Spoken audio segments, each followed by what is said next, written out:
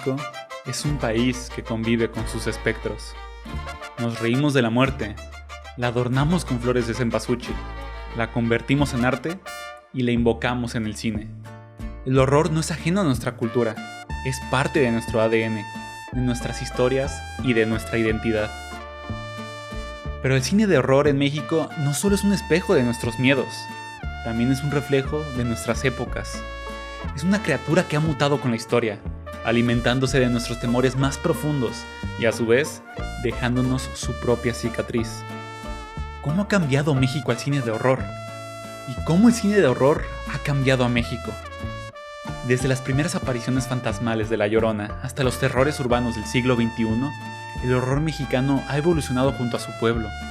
En esta exploración cinematográfica recorreremos sus rincones más oscuros y descifraremos sus símbolos más perturbadores.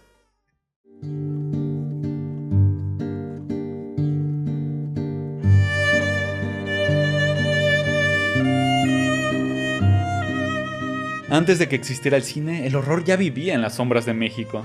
Lo encontramos en las calles empedradas, en los rezos de las abuelas, en los mitos que nos advertían sobre el peligro de la noche. Entre todas estas historias hay una que resuena más fuerte que cualquier otra: La Llorona. No es coincidencia que el cine de horror mexicano haya nacido con ella. En 1933, Ramón Peón dirigió La Llorona, la primer película del género en México. Esta no solo marcó el inicio de una tradición cinematográfica, sino que también dejó en claro que el horror en nuestro país estaría profundamente ligado a nuestras leyendas y a nuestra historia. Pocos años después, en 1934, El fantasma del convento, de Fernando Fuentes, y Dos monjes, de Juan Bustillo Oro, reforzaron la relación entre el cine de terror y el imaginario religioso de la época. México aún se recuperaba de la Guerra Cristera y, aunque el conflicto había terminado, las cicatrices del enfrentamiento entre la Iglesia y el Estado aún eran visibles. No es casualidad que estos filmes exploraran el horror dentro de los muros de monasterios y conventos, donde el pecado y la penitencia se convertían en condenas eternas. La crítica cinematográfica y académica, como Fabián Jiménez Sánchez, señala que estas primeras películas de horror no solo reflejaban el miedo a lo sobrenatural, sino también el miedo de un México en transformación. Eran tiempos de cambio, la modernidad avanzaba, pero los fantasmas del pasado seguían acechando. Y en medio de estos cambios, La Llorona siguió reinando. A lo largo de los años, la leyenda ha sido reinterpretada una y otra vez en el cine mexicano, desde la versión de René Cardona en 1960 hasta Kilómetro 31 de Rigoberto Castañeda en 2006. En cada nueva versión, La Llorona cambia de forma, adaptándose a los temores de cada generación, porque el miedo en México no es estático, es un reflejo de la época que lo engendra.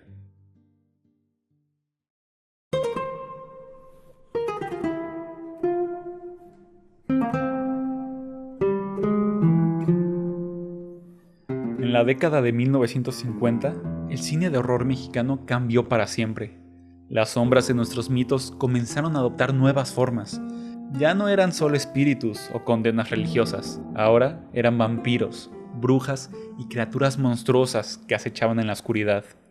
El responsable de esta metamorfosis fue un hombre que se convertiría en un pilar del cine de terror en México: Fernando Méndez. En 1957 dirigió El vampiro, una de las películas más icónicas del género, inspirada por el expresionismo alemán y el horror gótico de la Universal. Esta cinta transportó a Drácula al México rural, creando un híbrido entre las leyendas europeas y la idiosincrasia nacional. Abel Salazar, además de protagonizar la película, ayudó a consolidar un nuevo estilo dentro del horror mexicano, sofisticado, atmosférico, pero con una identidad propia. El éxito de El vampiro abrió la puerta a una ola de películas que exploraban terrores diversos: El ataúd del vampiro, El mundo de los vampiros, El varón del terror. En estas historias, el miedo se materializaba en entidades ajenas al imaginario prehispánico, reflejando una nueva sociedad que absorbía influencias extranjeras y las transformaba en algo completamente nuevo. Pero el horror en México no solo bebía del vampirismo. Chano Urueta, otro de los grandes del cine de terror nacional, nos llevó a territorios más perturbadores, con El espejo de la bruja y La cabeza viviente. Películas que exploraban la brujería y la magia negra como manifestaciones del miedo colectivo.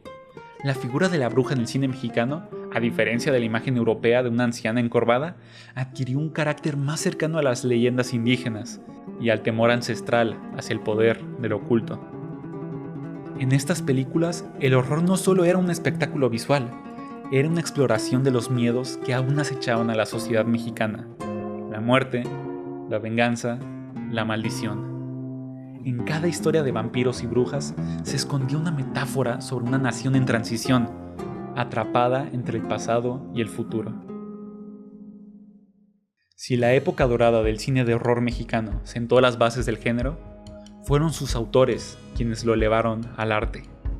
Mientras las productoras apostaban por fórmulas repetitivas y comerciales, hubo cineastas que decidieron desafiar los límites de lo convencional.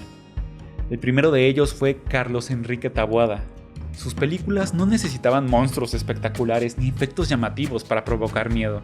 Su arma era la atmósfera, el suspenso, lo que no se ve, pero se siente. Con obras maestras como Hasta el viento tiene miedo y El libro de piedra, Taboada demostró que el horror podía ser sutil, psicológico y profundamente perturbador. Taboada nos enseñó que el horror no solo vive en criaturas sobrenaturales, sino también en la psique humana. Sus historias hablaban del aislamiento, de la culpa, de lo siniestro que habita en lo cotidiano. Películas como Más negro que la noche exploraban el terror desde una mirada femenina, en una época en la que el cine mexicano rara vez daba espacio a estas narrativas. Pero no todos los directores de horror mexicano optaron por la sutileza. Juan López Moctezuma se inclinó por el exceso, la locura y lo macabro. Influenciado por el surrealismo y el cine de culto europeo, creó obras como Alucarda, la hija de las tinieblas.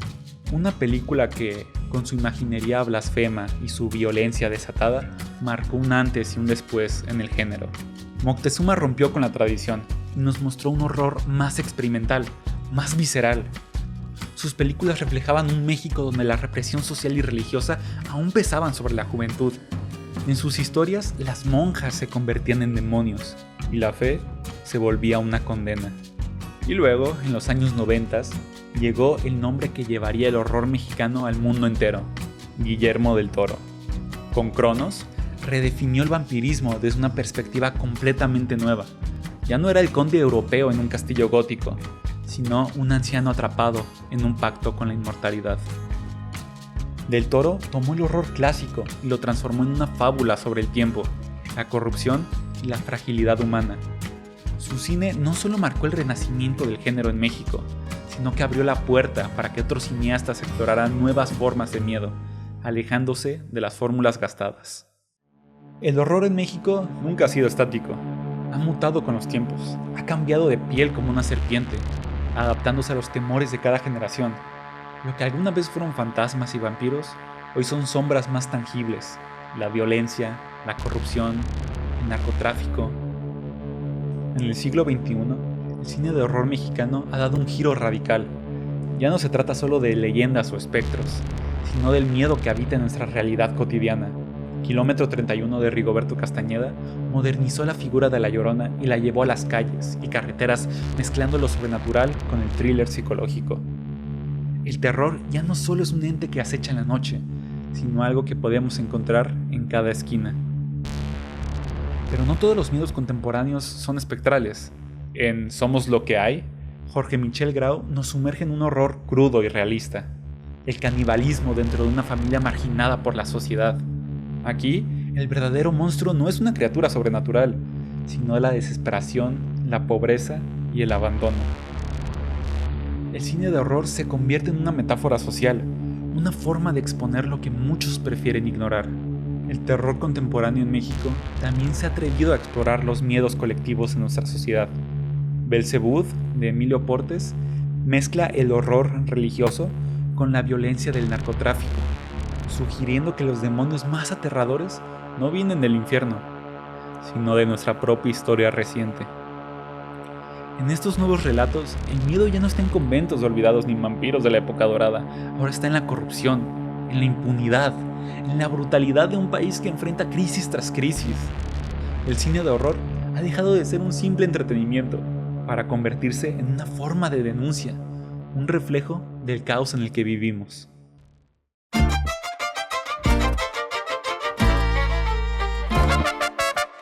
El cine de horror mexicano es mucho más que un simple género cinematográfico. Es un espejo que refleja nuestros miedos más profundos, un testimonio de cómo hemos cambiado como sociedad. Hemos visto el horror mexicano transformarse con el tiempo, alimentarse de nuestras preocupaciones y devolvernos su versión más oscura.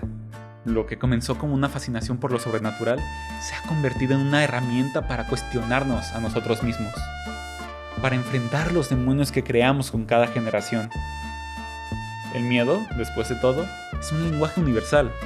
Nos recuerda que estamos vivos, que aún sentimos, que aún nos estremecemos ante lo desconocido.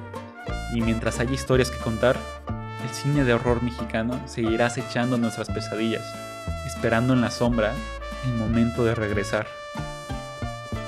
Pero en México no solo enfrentamos a nuestros demonios, también nos reímos de ellos, nos burlamos de la muerte, la vestimos de fiesta y la invitamos a sentarse a la mesa. Porque si algo nos ha enseñado el horror mexicano, es que el miedo no nos paraliza. Al contrario, nos da identidad, nos da historias y nos da vida. Si quieren saber más a profundidad sobre este tema, los invito a suscribirse a este canal, a seguirnos en nuestro TikTok y a escuchar nuestro podcast, donde ahondamos mucho más en cada película mexicana de horror. Muchas gracias por ver y buenas noches.